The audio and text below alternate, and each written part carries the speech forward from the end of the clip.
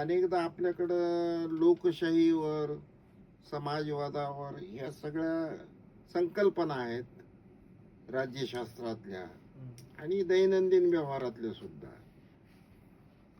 तर तुम्ही कवितेतून सांगा म्हणे समाजवाद आणि लोकशाही. मी म्हटलं आता ही दोन्ही गोष्टी, एक तर लोकशाहीचं जर सांगायचं तर राजकारणात धरून सांगता येईल आणि समाजवाद तुम्हाला जी अपेक्षा आहे त्या दृष्टीने व्याख्या करता येईल. तर मग मी म्हटलं बा माझी कवीनं जी लोकशाहीची व्याख्या केली ती काय आहे पहा. म्हणजे तुम्हाला अनुभव आहे, सगळ्या जे मतदान करतात त्या जनतेलाही अनुभव आहे की लोकशाहीनं हक्क दिले. लोकशाही नव्हती तेव्हा कशाचे हक्क आले? लोकशाहीनं हक्क दिले, ज्यांनी घेतले त्यांनीच थक्क केले. लोकशाहीनं हक्क दिले, ज्यांनी घेतले त्यांनीच थक्क केले, इतरांना अंधारात ठेवून स्वतःचे घर लख्ख केले.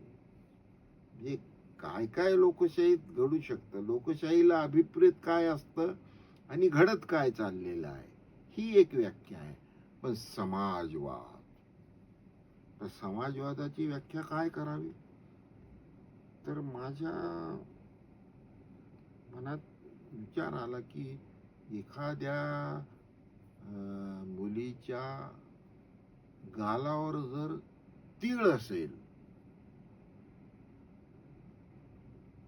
आणि असा सुंदर असा गालावरचा तीळ जो पाहतो त्याला आवडतो, सगळ्यांनाच आवडतो.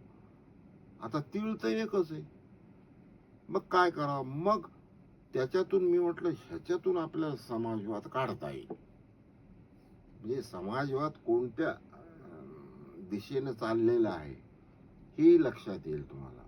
समाजवाद, कवितेचं शीर्षक समाजवाद आणि दृष्टांत खाली आहे.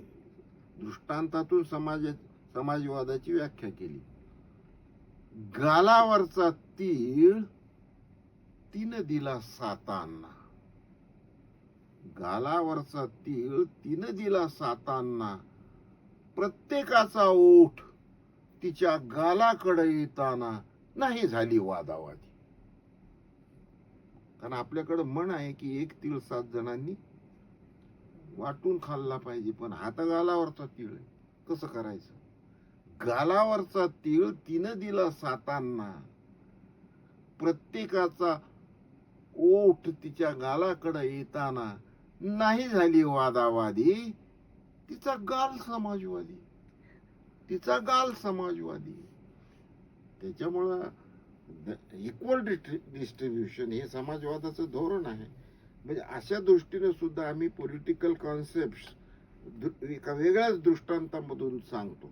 म्हणजे एकतर सोप्या पद्धतीने, विनोदी पद्धतीने सांगितलं तर थोडं मनाचं मनोरंजनही होतं आणि नक्की व्याख्या आणि त्यातून सूचित होणारं तत्व काय आहे हेही कालांतराने लक्षात येतं. असे त्या सगळ्या व्याख्या होते, त्यातली समाजवाद ही एक व्याख्या होती.